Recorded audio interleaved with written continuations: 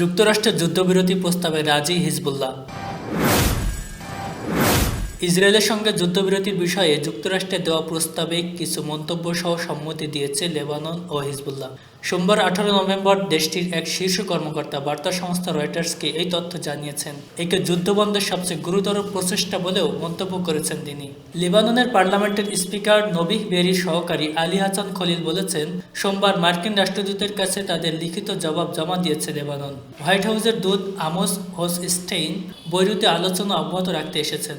ইরানপন্থী সশস্ত্র সংগঠন হিজবুল্লাহ যুদ্ধবিরতির বিষয়ে আলোচনার জন্য তাদের দীর্ঘদিনের মিত্র বেরিকে সমর্থন দিয়েছে। খলিল বলেন, লেবানন ইতিবাচক পরিবেশে প্রস্তাবটির উপর তাদের মন্তব্য তুলে ধরেছে, তবে এই বিষয়ে বিস্তারিত জানাতে অস্বীকৃতি জানান তিনি।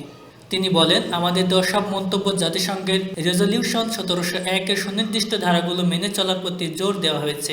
খলিল মূলত 2006 সালে হিজবুল্লাহ ও ইসরায়েলের মধ্যে যুদ্ধ বন্ধে পাশ হওয়া জাতিসংঘের নিরাপত্তা পরিষদের রেজলিউশন 1701-এর কথা উল্লেখ করেছেন। এ প্রস্তাবে লেবানন ইসরায়েল সীমান্ত ও লিটানি নদীর, যা সীমান্ত থেকে প্রায় 30 কিলোমিটার উত্তরে অবস্থিত, মধ্যবর্তী এলাকায় হিজবুল্লাহর যে কোনো সশস্ত্র উপস্থিতি নিষিদ্ধ করা হয়েছে। খলিল বলেন, এই উদ্যোগের সাফল্য এখন ইসরায়েলের উপর নির্ভর করছে। যদি ইসরায়েল সমাধান না চায় তাহলে তারা 100টি সমস্যা সৃষ্টি করতে পারে।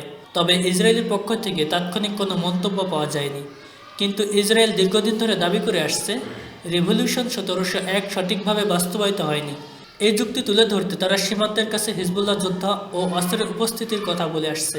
অন্যদিকে লেবানন ইসরায়েলকে তার আকাশ সীমায় যুদ্ধবিমান উড়ানোর মতো লঙ্ঘনের জন্য অভিযুক্ত করছে।